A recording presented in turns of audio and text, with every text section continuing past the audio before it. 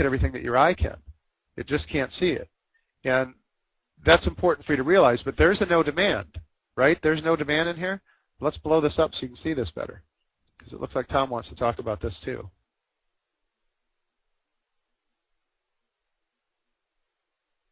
Okay, so we come over, and as you follow my cursor over, there's a no demand bar. But look at the strength in the background. That's what we have to look at. Also look at the way that we test. So we've got all that volume there. You come down here, that volume's drying up. Come down here, the volume's drying up. You come down here, the volume's drying up. So you see that the strength is actually there. It's real. And then you still have some no demands. There's another no demand over here. But you have to look at the background. You've got to look over here and know that just because you're seeing a no demand, it doesn't fit. That's a polar bear in Hawaii again. They don't live there. Gordon says, will annotation be available on the charts in the future? This would be very helpful to be able to make current RT notes. I don't know what you mean by annotation. Now, that's why you got the video, guys. The video's there so you can watch it over and over. You're going to watch this video probably 20 times, would be my suggestion. You're going to watch it 20 times at least. And we're going to have it referenced by, you know, if it's stocks you want to look at, you're going to look at each individual section. There'll be reference for that. What's the difference between no demand and no supply? I thought they both have narrow spread on low volume. Well, there's a huge difference, Joe. No demand is an up bar. No supply is a down bar. That's the difference. No demand you want to see at the top of a market. No supply you want to see at the bottom of a market when it's going through accumulation.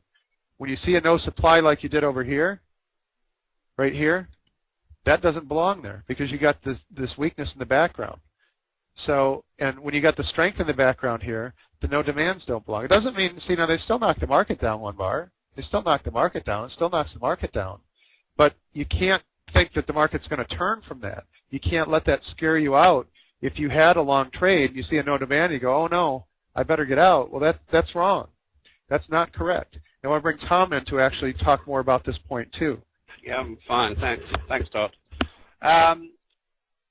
When you look at an indication such as this, that volume is so massive, and on that volume the market went sideways. It's so overriding that you've got to be bullish when you see that. You just have to be bullish. This is the professional traders moved in. There's been some bad news. It's come after some sort of decline. The traders have panicked. All those traders on the wrong side of the market. A lot of traders were shorted that, and so on and so on. The news was probably bad there. But when you see that massive volume on down bar, and the next bars are going sideways, it just has to be a bullish indication. Just has to be.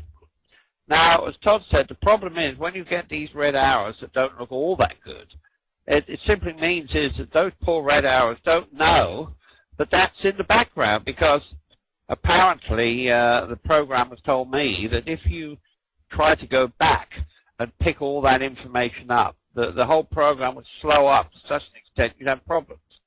And that's the reason. But even so, when you see these red arrows like this, as Todd pointed out, it did sort of test. So there must have been a little bit of weakness there supplied, but this is overwhelming.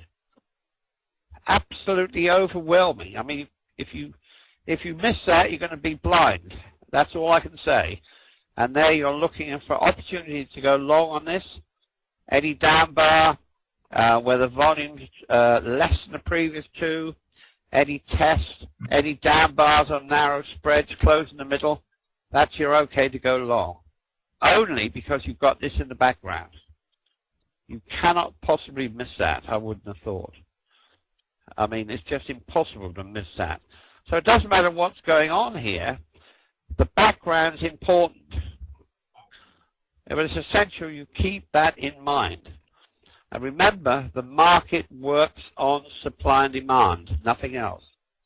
If the market's marked down and the volume is low, where at the same level the volume was high, then that means that the supply has been absorbed. The supply came from all the weak holders that heard. Professional money went in and absorbed all of that. Now, if they test that area again, and the volume is low, then that means that there is no supply where once there was supply.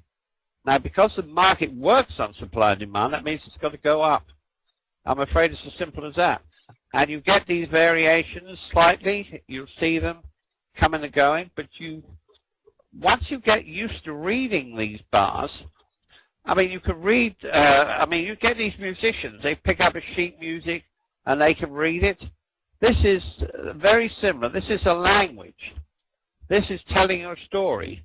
And all you got to do is get used to it and play and practice with it, and you will be absolutely amazed. And you will be very, very happy man or lady. You'll be very, very happy.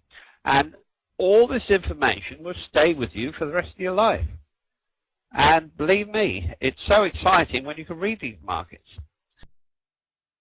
Questions came in here that we need to get. Let's see. Okay, we answered Joe C's. Now, why are these no supply bars, Jeff says? And I'm sure that you're talking about this. It's not that it's not. That's what you would read into it. So it is a no supply bar. But look, there's no reaction to it. There's no reaction to these no supply bars. So if this was truly no supply, the market would go up. Because it doesn't go up and because you have the weakness in the background, that's how you know it's a polar bear in Hawaii. See, this is the thing. I know that we're going to go through a lot of high-level stuff today, and your brains are just going to have to assimilate this information, and I know that you're going to have to listen to this CD over and over. What's interesting, Tom just pointed out to you, is that if in the market you see a down bar, and it may fit the criteria of a test of some sort, it may even be down on narrow spread, may even close the middle, and the volume may be low. However, remember what I said last week? That professional traders do not go to sleep on the job. They're watching this with very eager eyes. If they were bullish, they would be in there buying. Now, the fact is, there's no response at all. It shows you then that because of the weakness in the background, remember we've got those high volume up bars?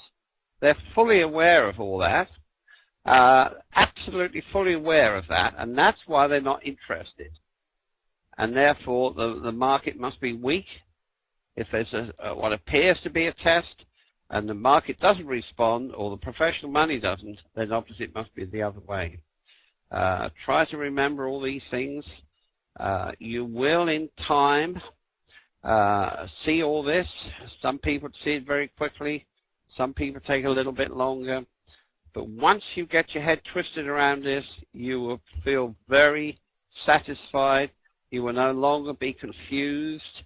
You will not be eagerly looking for tips and all the rest of it, which are never any good anyway. Anything that's given to you freely is usually not very good. Now, Jeff, we covered why those weren't no supply bars, right? We covered that, and then Trader Steve is saying no demand is an up bar, no supply is a down bar, correct? Absolutely correct, Steve. Absolutely correct. Kip asks, how do you make allowance for times of day when the volume falls off? With experience, guys. But remember, Tom said that the professional trader is never sleeping on the job. That's a perfect analogy. You have to realize that, like Forex, the Asian session is a thinly traded market compared to the European session and the American session, and you just have to make allowances for it. So you just need to look at what we call relative volume, and that's going to be important. Relative volume is just relative to the previous bars. Is it high volume or low volume relative to? Not just absolute all the time. Is it relative to the previous bars? Is it high or low? Johnny says, can you go over the difference between a red and a green bar in the trade getter chart? Yeah, real quick, Johnny, because we're not really here to talk about the trade getter software too much. We're doing the boot camp. But